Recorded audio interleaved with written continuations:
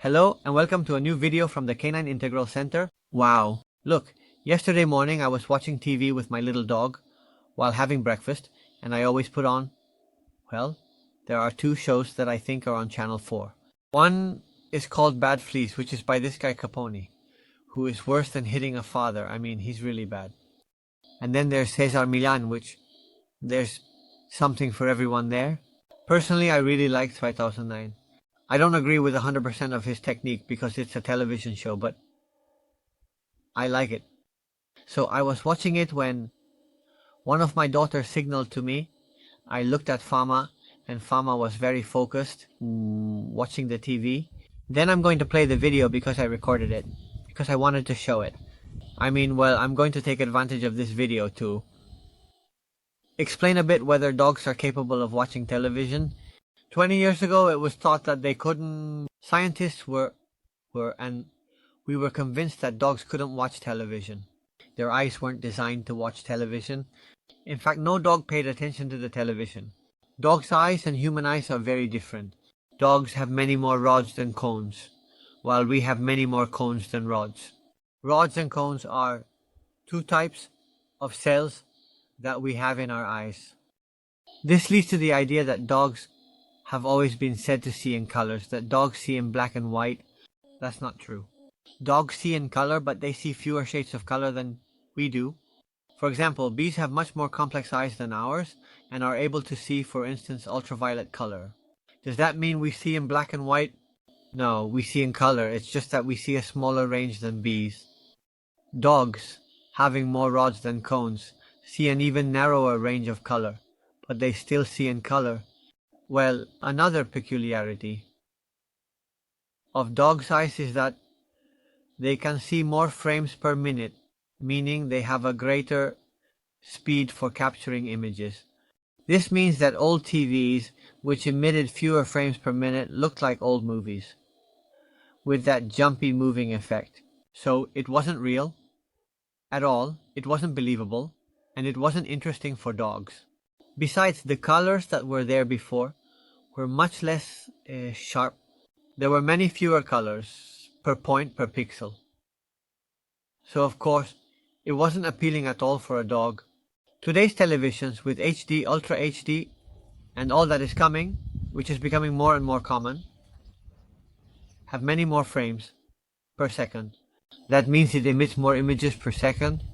So the image is completely normal for a dog, just like it is for us. And the colors are much better.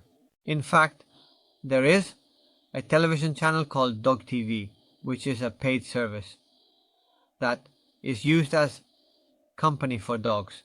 It's specially designed for dogs, with colors specifically thought out for them, and with extreme quality, showing dogs playing, dogs resting, for dogs that have to spend a lot of time alone, who suffer a bit from anxiety, and the process of being alone, so they feel a little more accompanied, because after all, television provides us with company.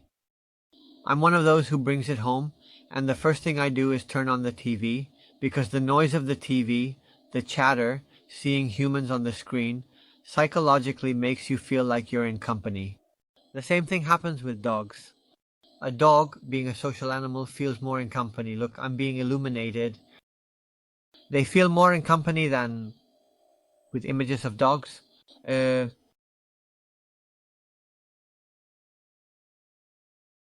In conclusion, dogs can watch television and they understand perfectly what they are seeing and react to it. In fact, now you're going to see. First, I'm going to play the video of my dog watching TV attentively, and then we're going to discuss something very significant, which is that I was going to say, the poor thing, may she rest in peace. Fame reacts to what is happening in that sequence, from the Dog Whisperer show that was on TV. So let's watch the video, and then we'll dissect a bit of my dog's behavior while watching television, because it's clearly indicative that she is really watching TV. not just listening to the sounds, but she is paying attention to what is happening and reacting emotionally to what is going on the screen. Let's take a look. Well, here's Fame watching as the dog whisperer is helping a little dog, not this one. But now a sort of husky is going to come out, a Nordic breed that is very insecure around other dogs and wants to eat all the dogs in the neighborhood. Well, she's going to, in quotes, force her to meet that little dog just like I saw her do before. And then this super tense moment happens. And look at how my dog reacts. Turn your head to show calmness. Let's watch it again in slow motion. Do you see?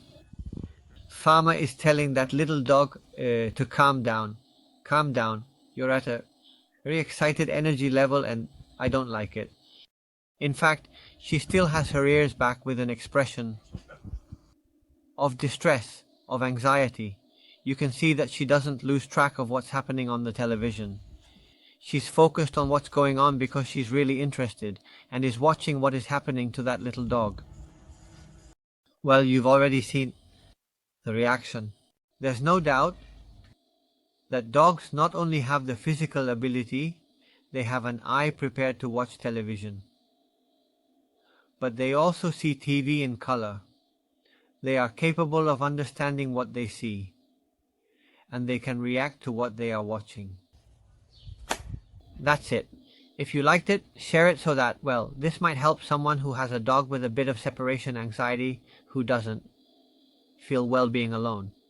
It could be helpful, although ideally you should call a professional, a canine psychologist, not a trainer, a canine psychologist, a canine therapist, whatever you want to call it. And that's it.